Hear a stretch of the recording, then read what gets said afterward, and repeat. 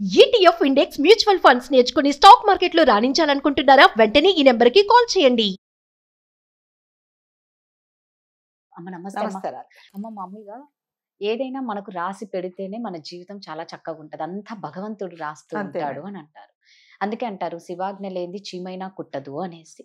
కొందరి జీవితాల్లో పెళ్లి అనేది చాలా అదేమంటారు ఒక అపురూపమైన కొత్త జీవితాన్ని ఇస్తది. కొందరి జీవితాల్లో అంధకారం చేసే జీవితాన్ని కొందరికి పెళ్లి అనేది ఇస్తుంది. సరే ఒకసారి ఆల్రెడీ పెళ్లి జీవితంలో నష్టపోయినాం అనుకున్న వాళ్ళు కొంతమంది ఎవరిష్టం వాళ్ళది రెండో పెళ్లి చేసుకోవాలనుకుంటారు. కానీ మనం అనుకుంటాము సొసైటీ మారిపోయింది, ఇప్పుడు అందరూ యాక్సెప్ట్ చేస్తున్నారు అంటే ఏం తప్పు లేదు అని. కానీ నిజంగా ఇదే సొసైటీ ఇప్పటికీ సెకండ్ మ్యారేజ్ చూసుకుంటే చాలా ఘోరంగా హీనంగా వెనకాల మాట్లాడడం వాళ్ళని చూడడం అది నిజంగా ఎంతవరకు కరెక్ట్? అసలు సెకండ్ పెళ్లి ఎందుకు చేసుకోవాల్సి వస్తుందమ్మా?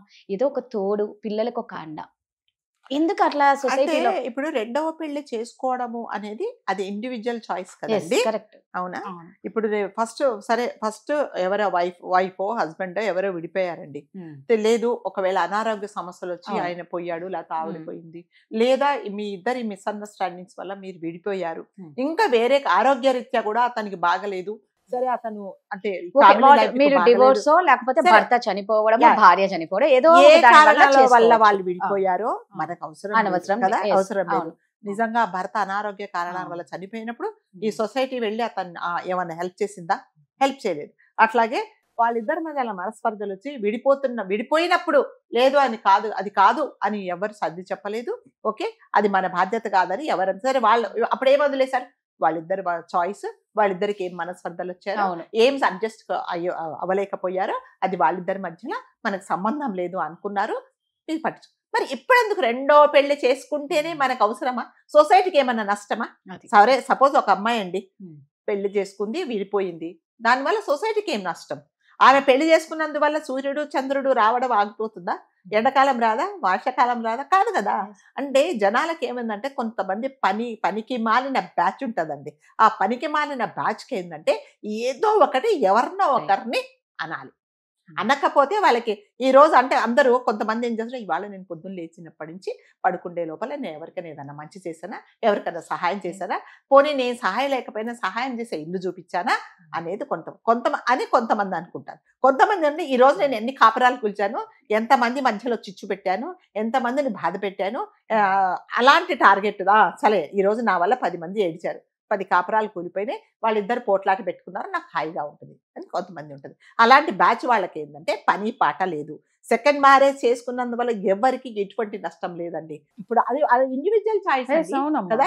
ఏ కారణాల వల్ల విడిపోయిందో, ఏ కారణాల వల్ల వాళ్ళు భార్యాభర్తలు వేరయ్యారో అది వాళ్ళ చాయిస్ కదా, వాళ్ళకి ఎందుకు చెప్పండి. సో అనవసరంగా రెండో పెళ్లి ఎందుకు చేసుకుంది? 2 పిల్లలు ఉన్నారు, పెద్ద పెద్ద పిల్లలు ఉన్నారు, ఇప్పుడు కొడుకులు అదేంటి కోడళ్ళు వచ్చే వయసు, అల్లుళ్ళు వచ్చే వయసు, ఇప్పుడెందుకు చేసుకున్నదంటే ప్రతి ఒక్కరికి ఈ సొసైటీలో మనం సమాధానం చెప్పాల్సి వస్తే మనం ఒక క్షణం కూడా ఉండలేము. నిజంగా జీవితకాలం మొత్తం నువ్వు వాళ్ళకి చెప్పనే సరిపోతుంది. ఇక నువ్వేం చేస్తావు? ఇప్పుడు మీరు అడిగారండి ఏమండి ఎందుకంటే రెండో పెళ్లి చేసుకుని, ఏమండి నాకు ఏదో ప్రాబ్లం ఉంది చేసుకున్నా, సరే మళ్ళీ పక్కన వాళ్ళు అడుగుతారు, ఇంకొకరు అడుగుతారు, నా జీవితం అంతా మీ అందరికి సమాధానం చెప్పడమేనా? నాకు అవసరం లేదు. ఒకవేళ రెండో పెళ్లి చేసుకున్నందువల్ల నేనేదన్నా నష్టపోతే అది నేను కదా ఫేస్ చేస్తాను, మీకు అవసరం లేదు. కాబట్టి రెండవ పెళ్లి నేనైతే 100% రెండవ పెళ్లి చేసుకోవడానికి 100% సపోర్ట్ చేస్తారండి.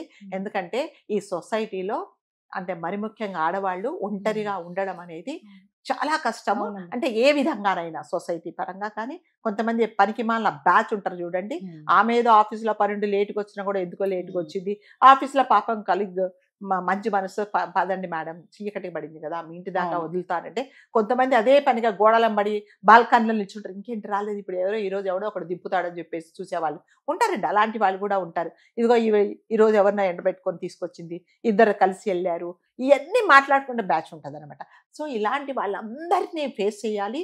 ప్లస్ ఇంట్లో ఒకవేళ పిల్లలు ఉంటే వాళ్ళని చూసుకోవాలి, ప్లస్ బయటకు పోయి పని చేయాలి. మీకు తెలుసు ఒక ఆడది బయటికి వెళ్ళి పని చేసిందంటే ఎటువంటి మనుషులను ఎదుర్కోవాలో, ఎలాంటి సమస్యలు ఎదుర్కోవాలో చేసే వాళ్ళకి మాత్రమే ప్రతి చోట ఉంటుందండి.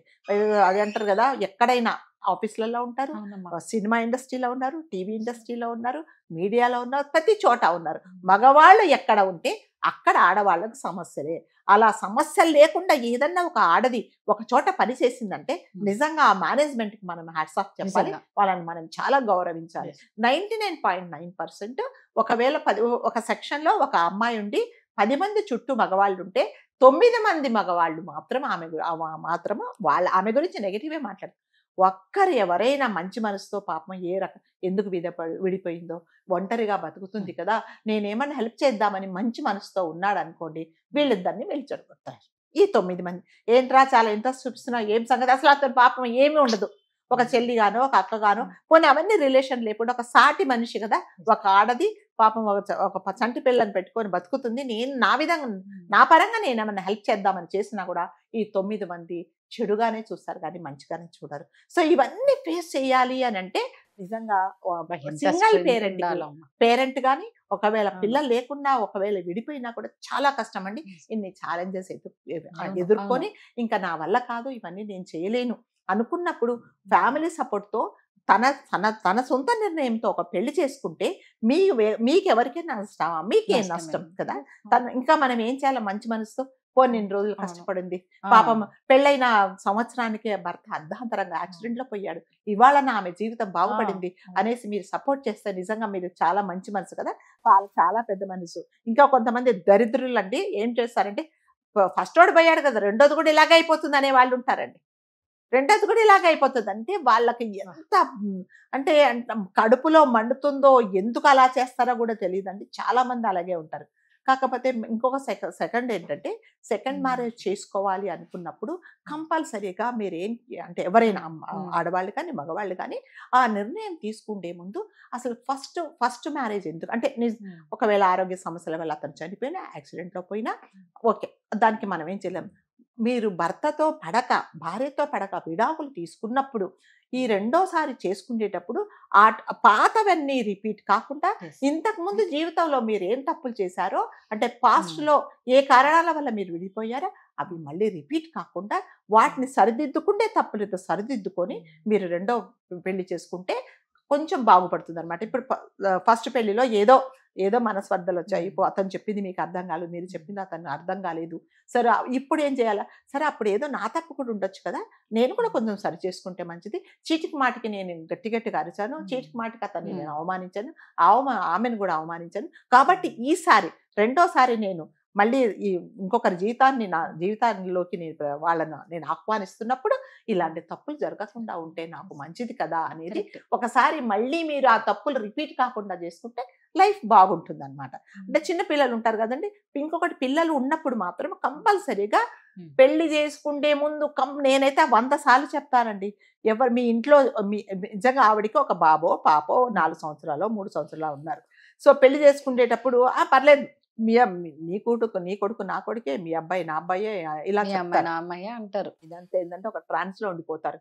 పెళ్లి అయిన తర్వాత 2 సంవత్సరాల తర్వాత 3 సంవత్సరాల తర్వాత నీ పిల్లల్ని కూడా అతను మంచి మనసుతో తండ్రిగా అతను ఆహ్వానిస్తాడా, మరి సొంత తండ్రిగా అతను చూస్తాడా, ప్లస్ పిల్లలు కూడా తన్ని తండ్రిగా చూస్తారా అనేది కూడా, ఇవన్నీ కూడా మనం గ్రౌండ్ వర్క్ చేసుకొని ఎవ్రీథింగ్ మంచిది నేను బాగుంటాను అనుకున్నప్పుడు పెళ్లి చేసుకుంటే మంచిదండి. లేకపోతే ఏమవుతుందంటే కన్నం మీద నుంచి పొయ్యిలో పడ్డట్టు మళ్ళీ ఇంకొక సమస్యలు వస్తాయి. అంటే కొంతమంది అంటే నేను చాలా మంది ఫ్యామిలీస్ చూశాను రామ్ గారు, ఈ మధ్య ఏంటంటే మగవాళ్ళు చాలా పెద్ద మనసుతో ఒకవేళ నిజంగా ఆ అమ్మాయిని పెళ్లి చేసుకుంటే అదే జీవితాంతం నాకు అసలు మన ఇద్దరికి పిల్లలు అవసరం లేదు, నీకున్న అమ్మాయే మన అమ్మాయి అనుకొని చేసుకో, మనం అందరం నేను 2-3 ఫ్యామిలీస్ చూసానండి. అంటే అలా పెద్ద మనసులో ఉండేవాళ్ళు నిజంగా జీవితాంతం వాళ్ళు సుఖంగా ఉంటారు.